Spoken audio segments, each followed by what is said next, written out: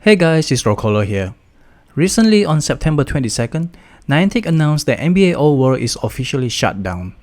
It is no longer possible to play the game, and to everyone that joined us for this season, we were honored to have your support. And you might be asking, what is NBA Old World?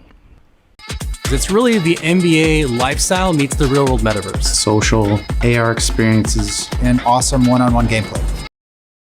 NBA Old World is an AR game developed by Niantic, the same company that developed Pokemon Go. In their own words, NBA Old World is where NBA lifestyle meets the real world metaverse. I don't know about you, but that sentence doesn't make any sense to me.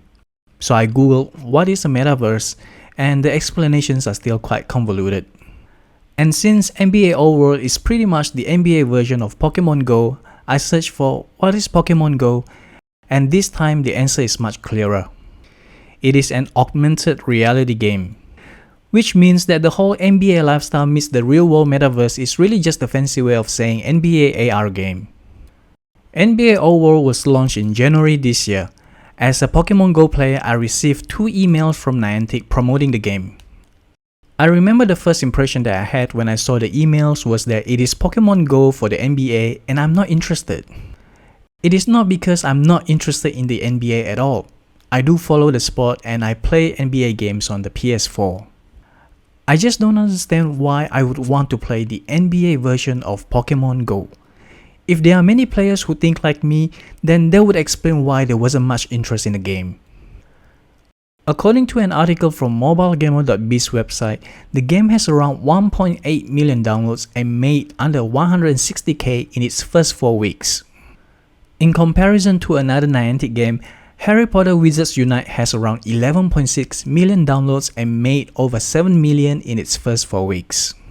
Wizards Unite of course was shut down in January 2022, surviving for slightly more than 2 years. NBA Old World's daily revenue data on February scraped just over 3.5k in-app purchase revenue and was averaging 4.5k per day. Their biggest revenue day by that point was when they earned 8.4k. So yeah, that's not a lot at all. Given that the game is now dead, it is probably safe to assume that the numbers didn't get much better, if at all. That kind of revenue for sure cannot cover the cost if you consider the staff, the servers, the marketing, the music licensing, and the NBA player partnerships. So we know the game did not do well, but why? NBA Old World is the NBA version of Pokemon Go. You have the real world map, you walk around to collect gears like sneakers for your own profile. Instead of Pokemon showing up, you have the NBA players. Instead of capturing the Pokemon, you challenge the players to a simple basketball game. If you win, you get to collect the player to join your team, which is like collecting the Pokemon that you captured. There is also the gym system, but instead of using your Pokemon to take over the gyms, you can challenge other players to a pickup game. Compared to when Pokemon Go was first released, the game actually has a decent amount of features and content. It is not much, but it is comparable. And it is the correct thing to do. You start off with the key features first before expanding more incrementally. This way you are able to get user feedback quicker and improve your game accordingly. But the biggest problem here in my opinion is that there seems to be a disconnect in the game's concept. Giannis, Luka, and LeBron, Pokemon Go, Ingress Prime, Pikmin Bloom. The single string tying all of these things together? Culture. It makes sense for people to go out and capture Pokemons in Pokemon Go. There are so many of them and the game itself is centered around collecting those Pokemons. But for NBA Old World, it is a big question mark as to why I would want to be walking around to collect the NBA players. And the endgame seems to be to use those players to play a simple 1v1. The purpose of the game itself just doesn't make too much sense to me. There is no clear endgame, and to be fair, there isn't one for Pokemon Go either. It is ultimately a collecting game. People can argue that PvP is the endgame, but PvP in Pokemon Go is optional. It would be nice if we can eventually train our Pokemons to be stronger instead of relying on random IVs, since we are supposed to be trainers and not collectors, but that's a topic for another day.